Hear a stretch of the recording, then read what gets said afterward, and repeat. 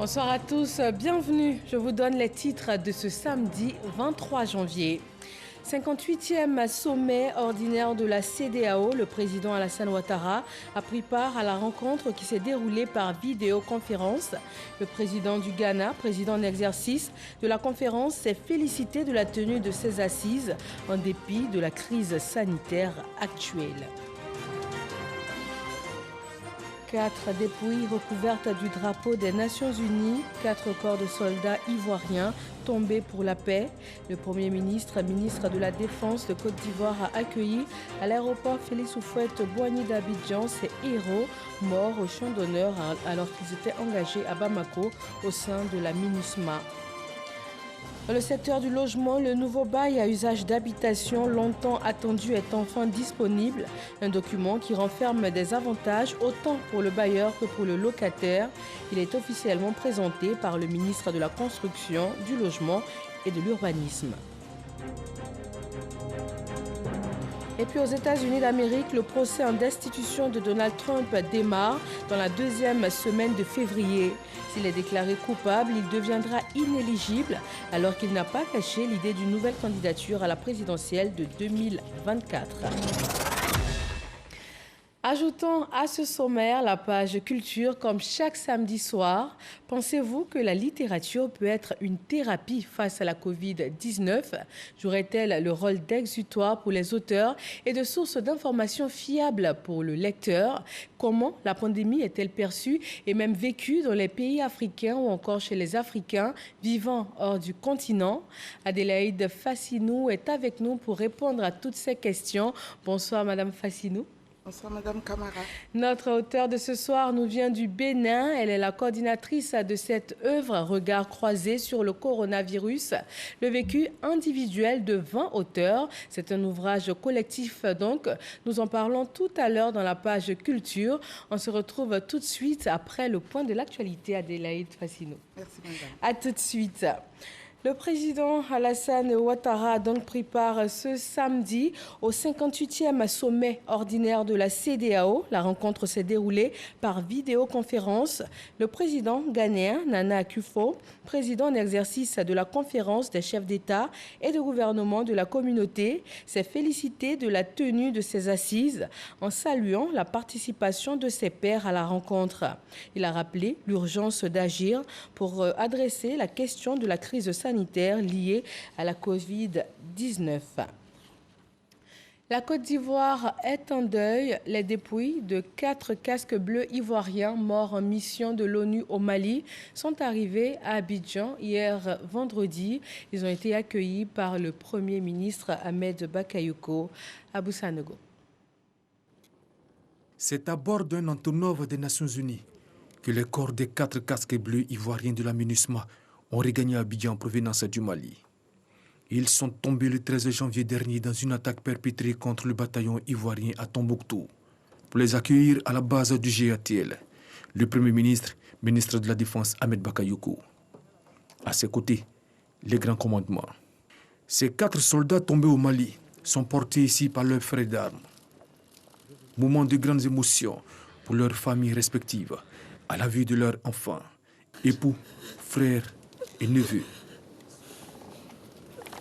La délégation de la MINUSMA, la mission multidimensionnelle intégrée des Nations Unies pour la stabilisation au Mali, conduite par le général, commandant la force de la MINUSMA, Denis Gilensport, a rendu hommage à ces 4 soldats. Le décès de 4 soldats de la paix que nous honorons ici aujourd'hui est une énorme perte pour la MINUSMA, pour l'Organisation des Nations Unies et pour la République de Côte d'Ivoire. En ne perdant pas de vue la cause ultime pour laquelle nous travaillons, nous rendons hommage à ces casques bleus et honorons leur courage dans notre lutte pour la paix et la prospérité au profit de la population malienne. Intervenant à sa suite, le chef du gouvernement, ministre de la Défense Ahmed Bakayoko, a exprimé aux familles des défunts et à l'ensemble des forces armées de Côte d'Ivoire les compassions et les condoléances du chef de l'État Alassane Ouattara et de la nation. La mort tragique de nos soldats renforcera notre engagement à continuer à travailler pour la paix dans la sous-région et dans notre pays. Que Dieu Tout-Puissant veille sur leurs âmes. Toutes mes condoléances à leurs parents. Je voudrais dire à chacun d'eux que l'État de Côte d'Ivoire sera solidaire, sera à leur côté. Puis ce fut la réception officielle des corps de ces soldats. Juste après la réception des dépouilles, le Premier ministre Ahmed Bakayoko a accordé une audience au général commandant la force de la MINUSMA. Notons qu'une cérémonie d'honneur militaire a été faite le mardi 19 janvier dernier en la mémoire de ces soldats au quartier général de la MINUSMA à Bamako par l'ONU et l'État malien. Ces 4 casques bleus ivoiriens ont reçu à cet effet la médaille d'honneur des Nations Unies à titre posthume. Et ce lundi 25 janvier, ce sera à l'état-major général des armées, ici en Côte d'Ivoire, qu'un hommage de la nation sera rendu à nos 4 soldats tombés pour la paix. La police nationale, notamment les policiers exerçant dans la commune d'Abobo, ont été dotés de véhicules et de motos. Le gouvernement les rend ainsi beaucoup plus opérationnels. C'est le Premier ministre qui a procédé à la remise officielle de ce matériel roulant dans le cadre des projets à impact rapide. Didier Nguessan. 7 véhicules double cabine et 8 motos viennent renforcer le parc automobile de la police nationale. Ces engins roulants sont destinés au commissariat de la commune d'Abobo. Le premier magistrat de la commune, Ahmed Bakayoko, remet les clés au directeur général adjoint chargé des services de sécurité publique. Excellence, Monsieur le Premier ministre, ministre de la Défense, je voudrais vous traduire au nom de Monsieur le ministre de l'Intérieur et de la Sécurité et de l'ensemble des personnels de la police nationale, notre gratitude et notre reconnaissance pour l'appui constant et sans faille dont bénéficie la police nationale en remettant au service de police de votre commune ces précieux dons. Vous contribuez au renforcement des capacités opérationnelles de la police nationale, d'où à l'efficacité de la lutte contre la criminalité sous toutes ses formes. Une police de proximité pour la sécurité des biens et des personnes, l'impact est rapide. C'est l'objectif du projet du même nom, initié par le chef de l'État. Des mots de gratitude à l'endroit du président de la République, le président Alassane Ouattara, chef suprême des armées, qui nous fait ce don dans le cadre des projets à impact rapide.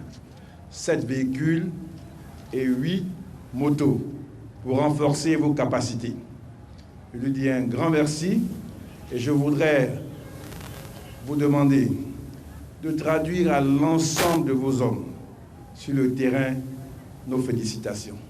Nous sommes très impressionnés par le travail de la police et des autres forces de sécurité ici à Abobo qui a permis une évolution concrète de l'indice de sécurité. Je vous engage avec ces moyens à consolider cet élan. 2 nouveaux commissariats, celui d'Anonkwa-Kouté, opérationnel, et celui de Ndotré, bientôt livré, rapprochent ainsi la police nationale des populations d'Abobo. En sécurité aéroportuaire, 5 inspecteurs de l'Autorité nationale de l'aviation civile de Côte d'Ivoire, ANAC, ont prêté serment. Ces inspecteurs de l'aviation civile ont pour mission de contrôler et superviser les exploitants aéroportuaires, mission qu'ils se sont engagés à mener en toute probité. Le reportage est signé Jean-Luc Gbangbo.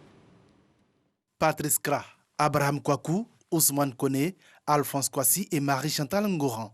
5 noms qui viennent grossir le rang des inspecteurs de l'Autorité nationale de l'aviation civile de Côte d'Ivoire, ANAC. Je le jure.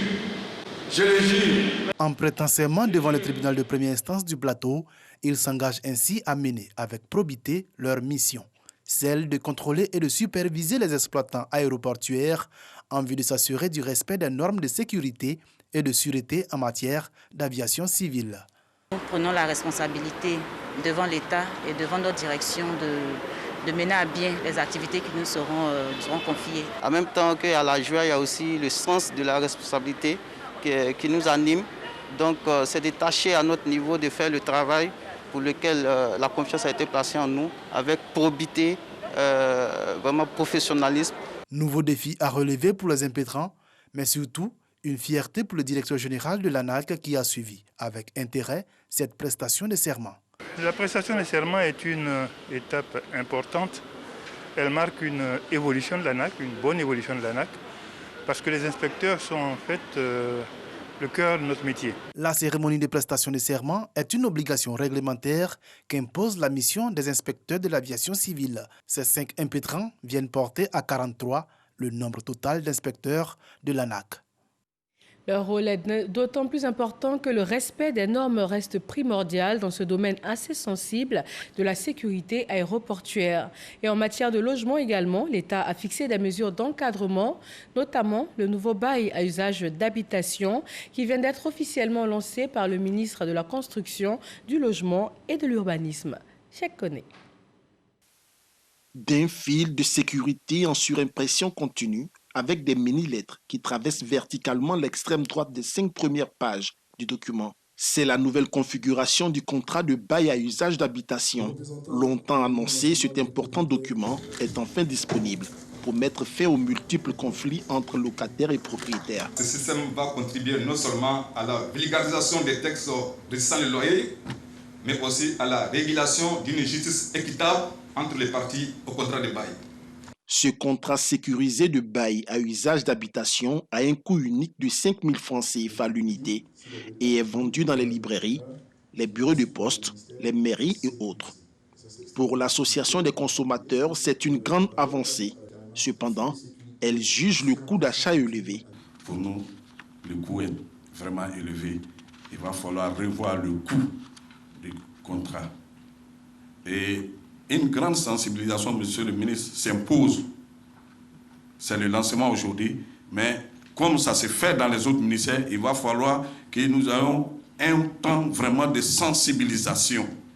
Dans ce nouveau contrat de bail à usage d'habitation, plusieurs avantages sont prévus pour les 2 parties, au nombre desquels la limitation du nombre de mois d'avance à 2 et le plafonnement de la caution de garantie à 2 mois de loyer. Sans oublier la possibilité de ne réviser le coût du loyer que 3 ans après la signature ou la dernière révision du contrat. Tous ces avantages sont la preuve, selon le ministre Bruno Ndabanye-Koné, que le secteur de l'habitat est en pleine réforme pour le bonheur des usagers. Vous voulez louer un local, vous savez qui est le bailleur, vous l'avez rencontré, vous êtes d'accord sur le prix. Mais vous venez avec 2 exemplaires du contrat de bail. Chacun supporte le coût de l'exemplaire qui est le sien. Vous les signez. Et en le signant, vous prenez l'engagement de respecter la loi. Ce nouveau contrat de bail émane de nouvelles dispositions légales contenues dans le Code de la construction et de l'habitat, entré en vigueur le 26 juin 2019. Le ministre de l'Agriculture et du Développement rural est allé à la rencontre des produits fermiers ivoiriens. Kobenan Kwasi Adjoumani s'est rendu dans une exploitation agricole à une dizaine de kilomètres de Ndoussi. Sa spécialité, la production hors sol de produits maraîchers tels que la tomate et le poivron. Jean-Luc Bangbo.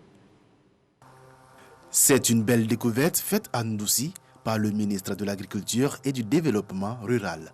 Les produits fermiers ivoiriens. Une ferme de 2 hectares, dont 1 hectare entièrement consacré à la production de produits maraîchers avec le système hors sol. Ici sont produits tout le long de l'année des tomates et des poivrons. Nous produisons quand nous souhaitons, nous produisons quand nous voulons, nous produisons les quantités selon les répartitions que nous souhaitons. Ce qui n'est pas le cas lorsque nous cultivons en plein champ. Nous dépendons fortement de la pluviométrie, des conditions climatiques, alors que nous avançons à grands pas vers des changements climatiques qui sont très difficiles à gérer au niveau de l'agriculture. La production dans chacune de ces serres oscille entre 20 et 25 tonnes. Des produits qui sont entièrement écoulés auprès des grandes surfaces et des particuliers. Pour le ministre de l'Agriculture, c'est un pas vers la fin de la dépendance de l'extérieur pour ces produits.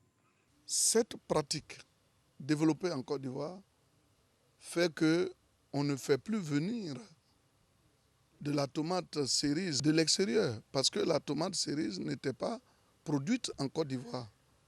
Ça nous arrivait du Maroc, de l'Europe. Aujourd'hui, grâce à cette technologie, on en produit en Côte d'Ivoire.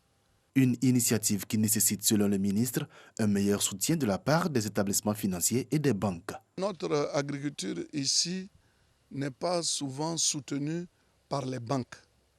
Mais si vous envoyez un banquier sur ce site qui regarde comment vraiment cette pratique se fait et qui voit qu'en y investissant, la banque peut vraiment sortir des dividendes, il n'y a pas de raison qu'elle reste sans intervenir.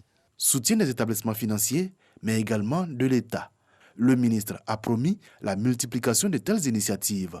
Les produits fermiers ivoiriens sont en production depuis 2017. Ils emploient à ce jour une trentaine de personnes.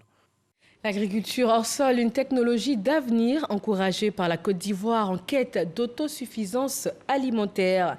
Et dans cette même veine, le ministre de la Promotion de la Riziculture s'est rendu à Lomé, la capitale togolaise. Gaoussou Touré a procédé à la signature d'un accord cadre pour la coopération financière avec une banque d'investissement et de développement pour la modernisation de la filière rizicole ivoirienne. Lanciné Bakayeko. L'accord cadre de coopération financière que le ministre Gaoussou Touré signe avec la Banque d'investissement et de développement de la CEDEAO, BIDC, porte essentiellement sur le financement de l'irrigation, l'aménagement des parcelles rizicoles et la mécanisation totale des services d'exploitation des parcelles. La stratégie fait qu'avant d'ablamer un hectare, il faut s'assurer que tout ce qu'il faut au niveau de toute la chaîne de valeur est sur place, pour que rien ne bloque. Et nous pensons qu'avec la BIDC, nous avons trouvé la banque qui va nous accompagner à mettre réellement en œuvre la stratégie de développement de la riziculture en Côte d'Ivoire. Cette signature d'accord cadre est le prolongement de rencontres initiées par la BIDC dans sa quête d'un meilleur accompagnement des pays de la région et notamment de la Côte d'Ivoire en matière d'autosuffisance en riz. Selon la BIDC, l'atteinte de ces objectifs passe nécessairement par la collaboration des leaders de pôle et davantage par l'élaboration de projets rizicoles intégrés portés par le secteur privé. Nous sommes en discussion très avancée avec nos partenaires européens, nos partenaires indiens, nos partenaires américains pour voir comment lever les lignes de financement nécessaires pour accompagner le gouvernement, que ce soit pour les aménagements, mais aussi que ce soit pour les infrastructures en usines, en hangars, mais aussi en intrants.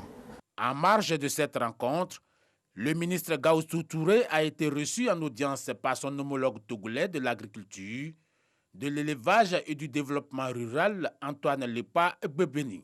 Les deux personnalités ont évoqué l'urgence de mettre en place une politique commune afin de rendre efficaces les politiques de développement du riz de la Côte d'Ivoire et du Togo. Nous en parlions en début d'édition. Le président Alassane Ouattara a pris part ce samedi au 58e sommet ordinaire de la CEDEAO. La rencontre s'est déroulée par visioconférence. Le président ghanéen Nana Akufo-Addo, président en exercice de la conférence des chefs d'État et de gouvernement de la communauté, s'en est félicité. Il a rappelé l'urgence d'agir pour la question de la crise sanitaire liée au Covid-19. Jérôme Kofi Abola. Pour cause de la pandémie à coronavirus, le 58e sommet ordinaire de la CEDEAO s'est tenu ce samedi par visioconférence. Le président de la République, Alassane Ouattara, a pris part à cette rencontre. Le chef de l'État ivoirien et ses pairs sous la direction du président ghanéen Nana Akufo-Addo, président en exercice de la CEDEAO, ont planché sur plusieurs sujets. Ils ont saisi l'occasion de cette rencontre pour faire le point de la situation politique, sécuritaire et économique de la sous-région. Ils ont aussi examiné les rapports sur la situation sociopolitique au Mali, le programme de la monnaie unique de la CEDEAO et le plan régional de lutte contre la pandémie de la Covid-19. Dans son adresse, le président de la commission de la CEDEAO, l'Ivoirien Jean-Claude Brou, après avoir noté que l'année 2020 a été difficile en raison de la pandémie à coronavirus, a invité les chefs d'État et de gouvernement de la communauté à mettre un accent particulier sur la problématique de la vaccination qui devient une nécessité urgente pour notre région. En sa qualité de président en exercice de la CEDEAO, le président ghanéen Nana Akufo-Addo a salué la tenue de ces assises et rappelé l'urgence d'agir face à la crise sanitaire liée à la Covid-19. Il a félicité ses homologues ivoiriens Alassane Ouattara et burkinabé Roch Marc Christian Kaboré pour leur réélection à la magistrature suprême de leurs pays respectifs.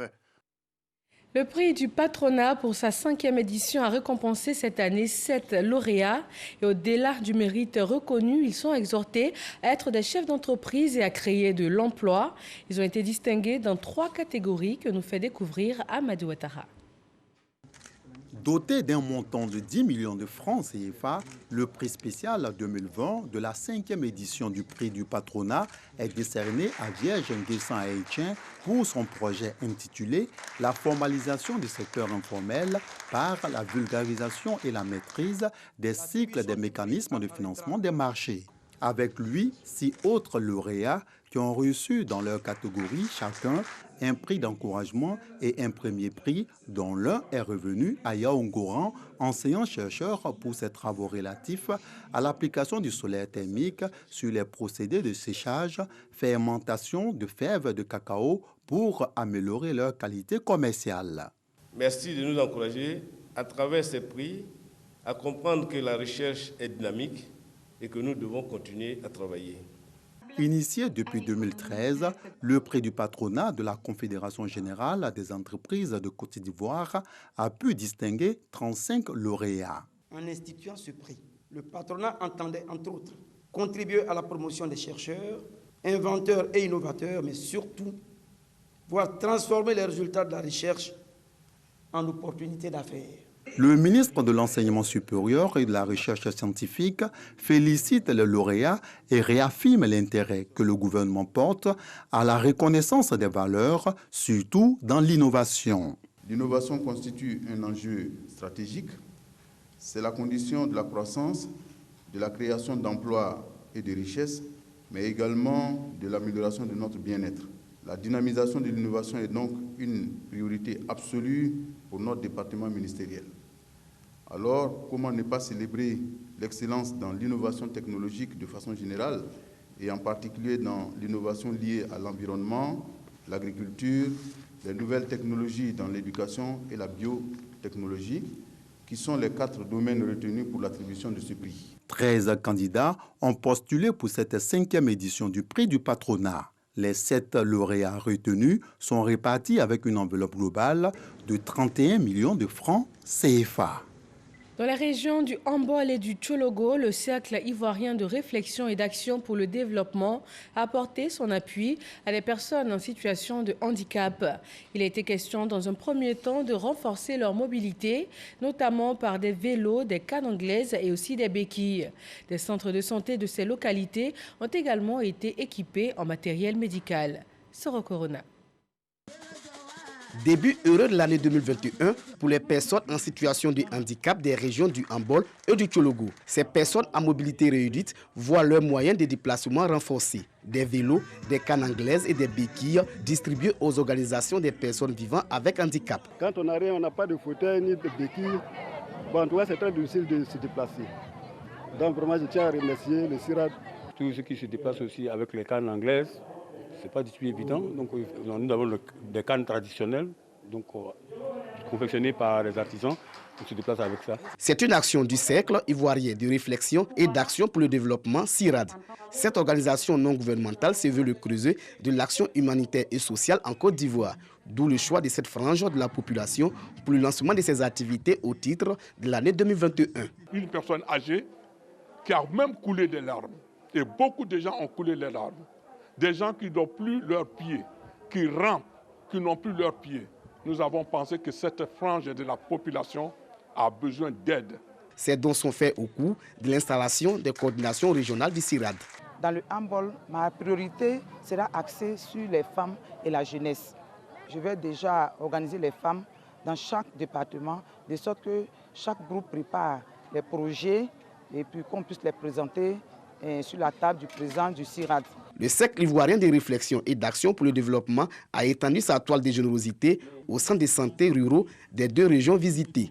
Créée en 2019 par le député de Séguéla, Mamadou Diomandé, cette organisation non gouvernementale intervient dans les domaines de l'éducation, de la santé, de l'agriculture, du commerce, de l'équipement et de la formation.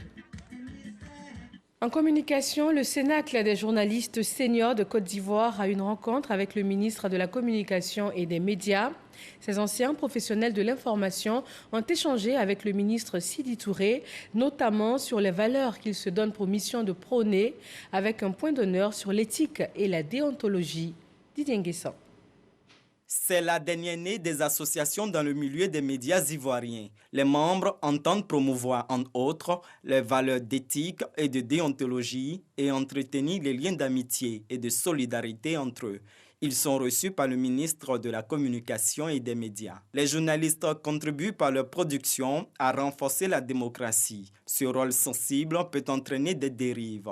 Le Cénacle veut veiller aux bonnes pratiques dans le métier. Le journalisme, notre profession, est frappée d'une, je ne dirais pas d'une tare, mais d'une caractéristique congénitale. C'est la liaison incestueuse entre la politique et le journalisme. Donc cela rend difficile le rôle d'information et d'indépendance qui devrait être le nôtre. Il faudrait voir comment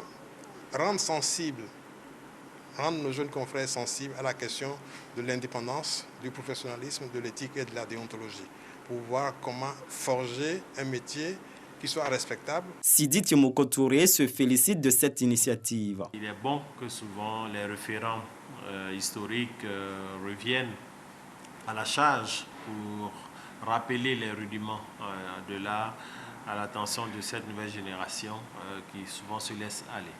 Moi, c'est en cela que j'apprécie fortement cet organe que vous mettez en place, qui devient un organe supplémentaire de référence de qualité, qui permettra que nous puissions avoir un interlocuteur supplémentaire pour interpeller, en tant que gouvernant, interpeller vos jeunes frères qui ont décidé d'exercer ce métier selon la règle déontologique.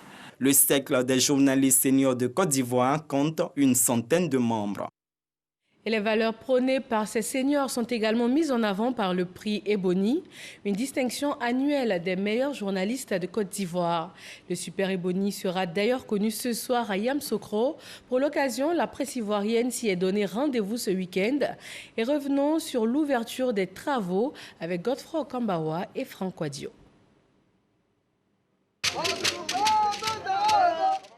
Ebony 2020, la seconde fois de suite dans la capitale politique de la Côte d'Ivoire. Contrairement aux années précédentes, ce n'est pas une soirée, mais un week-end pour les Ebony. Cérémonie consacrant les meilleurs journalistes ivoiriens. Ouverture officielle et satisfaction du gouverneur du district de Yamoussoukro. Il n'y a pas eu de village Ebony avant. Et puis, il y a la célébration du prix Ebony, qui en est à sa 22e manifestation. À travers les Ebony, c'est la saine compétition qui conduit à l'excellence. Et je ne connais pas de meilleur moyen pour progresser que la compétition.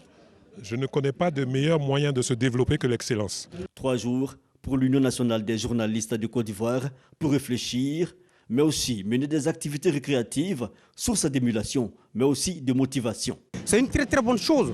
Nous pensons que cela va permettre à nos journalistes de redoubler d'efforts pour rechercher quand même l'excellence dans notre corporation.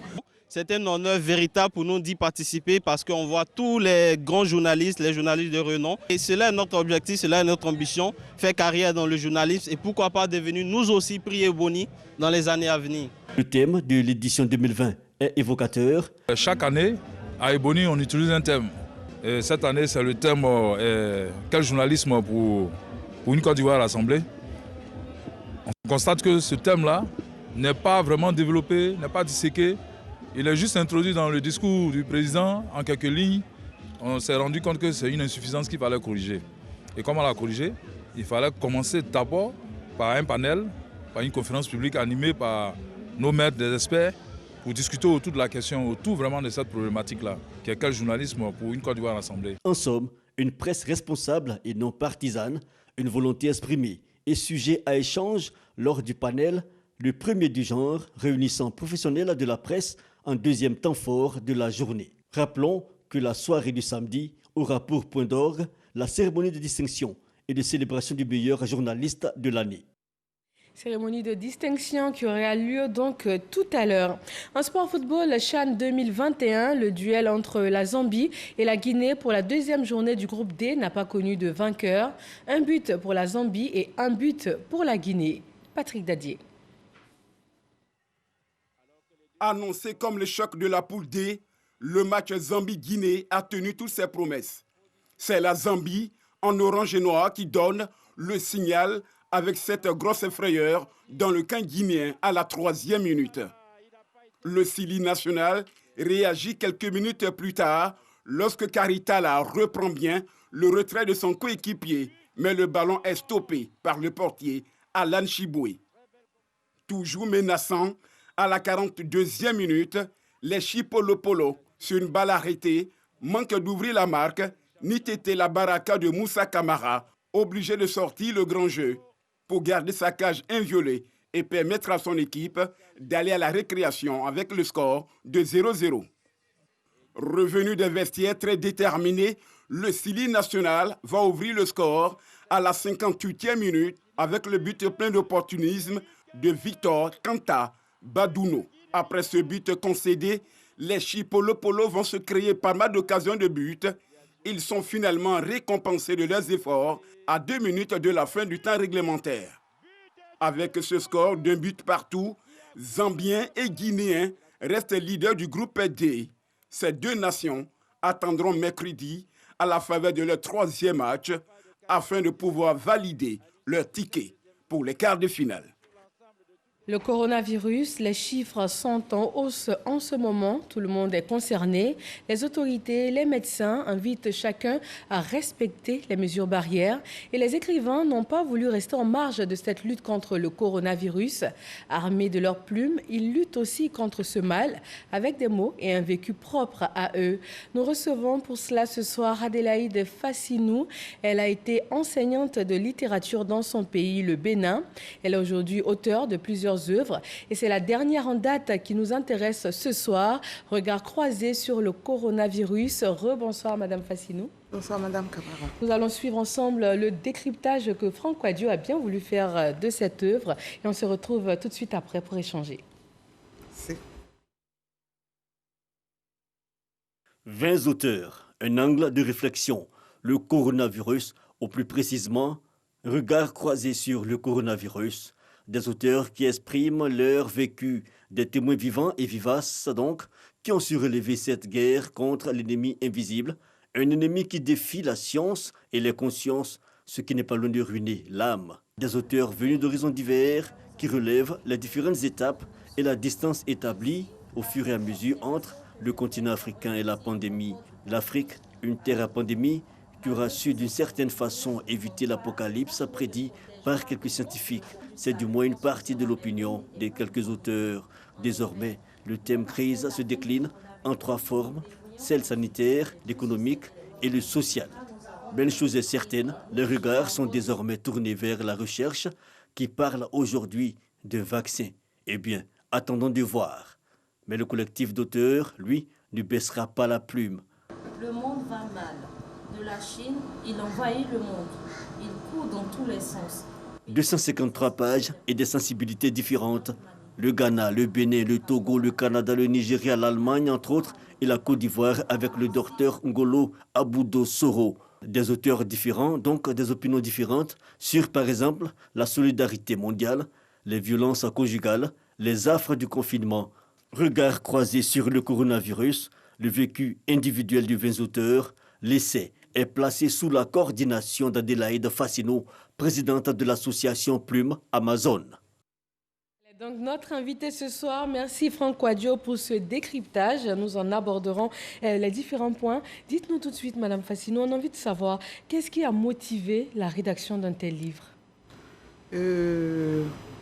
Tout au début de la pandémie, le gouvernement béninois, sous la férule de son Excellence le Président Patrice Talon, avait donc au cours d'un conseil de ministres demandé à toutes les personnes d'un certain âge, les personnes souffrant de comorbidité, de s'autoconfiner. Et moi, je faisais partie de toute cette catégorie de personnes. Alors, on s'est retrouvés, donc, mon époux et moi, du jour au lendemain, en train de se côtoyer dans la maison. Confinés. Et beaucoup d'autres personnes de notre, disons, de notre génération également, on se téléphonait, chacun racontait un peu comment il passait les journées. Alors, qu'est-ce qu'il fallait faire? Que fallait-il faire pour trouver les journées moins longues? Et moi, ma principale thérapie, lorsque je me retrouve dans des situations difficiles, stressantes, lorsque le spleen de l'artiste m'atteint, qu'est-ce que je fais? Je lis énormément, j'écoute la radio et puis j'écris. Alors l'idée a jailli qu'il fallait laisser des traces pour la postérité parce qu'on était en train de vivre des moments particuliers, qu'on ne pouvait pas vivre ces moments sans laisser des traces pour les générations suivantes. Alors vous avez décidé, comme vous le dites, est venue l'idée d'écrire ce test-là que j'ai intitulé Corona Soliloque. Et après, je me suis dit, je n'étais pas seule à subir cette situation si difficile, si compliquée, qu'il fallait que j'interroge les amis, les connaissances autour de moi. Comment ça se passe dans vos pays? Et d'où vous avez la naissance de ce livre. Oui, vous avez dit Corona Soliloque, c'est le titre de votre passage. Nous allons y revenir tout à l'heure. Mais dans ce livre, en le parcourant, nous avons vu que vous avez choisi d'utiliser plusieurs tons, à la fois humoristique, thérapeutique, souvent même sarcastique. Et puis vers la fin du livre, on voit un ton assez dramatique, on voit de la tristesse. Est-ce que le but est de dédramatiser sans pour autant occulter l'aspect, on va dire, dangereux de la maladie? Est-ce que c'est cela? Oui, vous avez vraiment psychanalysé cet ouvrage-là, le contenu, en ce sens. Mais moi, je n'ai pas forcé l'inspiration des auteurs. Il y a des auteurs qui n'avaient jamais jusque-là publié une œuvre d'imagination. Ils publiaient des œuvres que je dirais techniques, des pédagogiques, etc. Mais je leur ai juste dit, dites-moi de façon spontanée comment les choses se passent. Et chacun a écrit. Et j'ai eu vraiment, disons, le bonheur de constater que ce virus-là qui mettait le monde entier au garde-à-vous a été plus ou moins, comment je dirais, minoré. On en a fait quelque chose de très insignifiant qu'il est, et de manière à ce que le livre, au finish, a été beaucoup plus un ouvrage ludique que quelque chose de dramatique. Je peux dire que notre objectif était atteint en ce sens que nous n'avons pas voulu ajouter de la peur à la terreur qui sévissait déjà dans les entrailles des humains. Parce que ce virus, comme vous le savez si bien, ne connaît aucun continent, ne connaît ni jeune, ni vieux, ni riche, ni pauvre. Il sévissait partout avec beaucoup de terreur. Et les médias également nous vendaient autrefois beaucoup de terreur. Et moi, j'ai fini par comprendre. Vous vous souvenez, on avait dit qu'on allait ramasser des cadavres dans les rues en Afrique. Ce qui n'a pas été le cas. Ce qui n'a pas été le cas. On remercie vraiment nos autorités. Partout en Afrique, se sont levés spontanément et ont, comment je dirais, combattu le virus. Combattu le virus en prenant leurs responsabilités. Ils ont pris leurs responsabilités, ils ont agi comme il fallait le faire, un peu partout. D'abord en fermant les frontières. Au Bénin, chez nous, on a donc réalisé un cordon. Le Conseil des ministres a demandé un cordon sanitaire qui enfermait les villes du Sud où circulait énormément le virus, des villes de l'intérieur, ce qui a permis en quelque sorte de beaucoup plus canaliser le mouvement du virus pour que toute la population ne soit pas atteinte. Donc chaque pays a eu à utiliser disons, des méthodes. Comme ici en Côte d'Ivoire. Ouais. Vous l'avez dit, vous avez fait appel à 20 auteurs différents qui n'étaient pas forcément spécialistes de la question, qui n'avaient pas forcément écrit ce type d'ouvrage. Alors c'est un sujet, on va dire, assez sensible, même si vous avez essayé de le dédramatiser. Qu'est-ce qui confère à ces auteurs que vous avez choisis la légitimité de parler de ce sujet? Est-ce que les informations qu'ils ont données sont vérifiées? Est-ce qu'il y a un volet scientifique? Est-ce que c'est vraiment informatif pour le lecteur? Bon, je peux dire que dans tout ce lot d'auteurs, on en a quand même qui sont des techniciens de la chose. Si vous prenez la Ghanéenne, Dr Abena Assoumani Antwi, elle est économiste de santé, défenseur des droits de l'homme. Elle a été sélectionnée par son pays, le Ghana, pour justement parler de la pandémie aux femmes et des thérapies à utiliser pour y faire face. Le test du Malien également.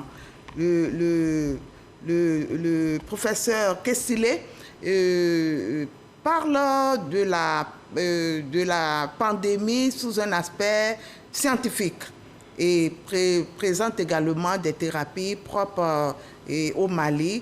Mais la plupart des auteurs, je vous avoue que même moi qui suis en face de vous, je connais pas grand-chose de ce virus-là, en dehors de ce que j'écoutais à travers les médias. Et la plupart de mes auteurs également étaient dans cette même veine. Oui, ils ne sont pas des spécialistes. Mais moi, je voulais un ouvrage qui puisse servir de thérapie à tous ceux qui étaient confinés et qui devaient s'adonner ou se réabonner à la lecture parce que avec les réseaux sociaux, la lecture n'est plus la chose la mieux partagée par les humains, quoi. Tout à fait. On va rappeler que parmi ses co-auteurs, il y a bien un Ivoirien, Sorongolo Aboudou, qui est à la page 187.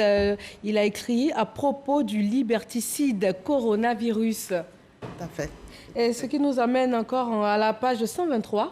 Vous avez écrit Corona soliloque. Oui. Pourquoi ce titre? C'est-à-dire que le corona vous a fait soliloquer ou même continue de vous faire? Non.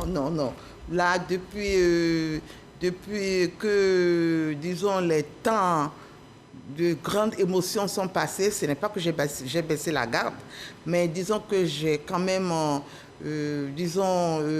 pris le temps de bien assimiler cette pandémie-là, de mieux la comprendre et de savoir que les gestes barrières sont quelque chose de très, très important et que nous ne devons pas jouer avec notre vie. Parce que quand vous jouez avec votre vie, je profite pour en parler en même temps pour donner des conseils. Pour sensibiliser, effectivement. Mais pour sensibiliser la grande masse, parce que moi, je suis arrivée dans ce pays le dimanche dernier, j'ai dû faire mon test avant de monter sur le vol de Air Côte d'Ivoire.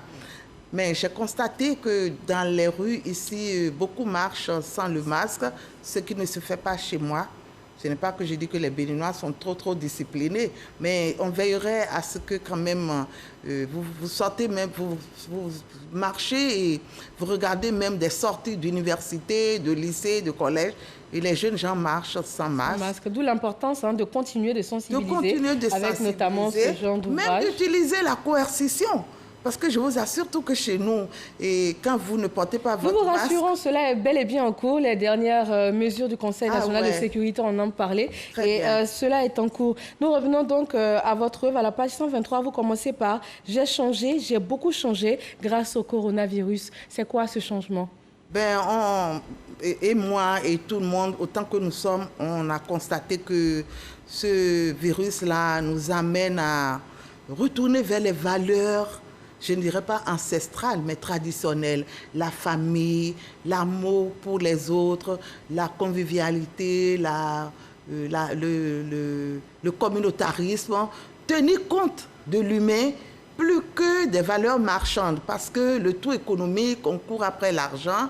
Dans les maisons, les enfants ne voient plus les parents, les parents sont partis toute la journée. Il faut gagner de l'argent, Il y a beaucoup de valeurs, disons, très humanistes que nous avons oubliées, que nous avons abandonnées, et ce corona nous a ramenés donc à ces valeurs-là. C'est pour ça que je disais que j'ai changé, j'ai beaucoup changé, et tout le long, j'ai présenté des personnages qui ne font que dire que ce corona les a fait changer, leur a fait changer de vision du monde. Oui. Nous avons tous beaucoup changé. Alors voilà, de très beaux propos qui vont nous amener à conclure cet entretien. Regard croisé donc sur le coronavirus, le vécu individuel de 20 auteurs avec la coordination donc de Adélaïde Fassinou.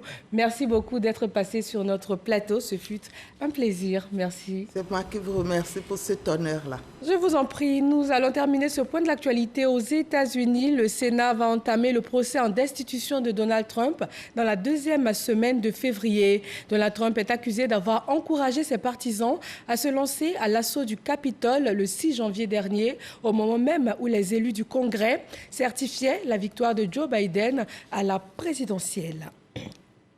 Et voilà, merci à tous de nous avoir suivis, toute l'équipe technique et le chef de cette édition, Eugène Atoubé, se joignent à moi pour vous souhaiter une agréable fin de soirée. Très bon week-end et à demain.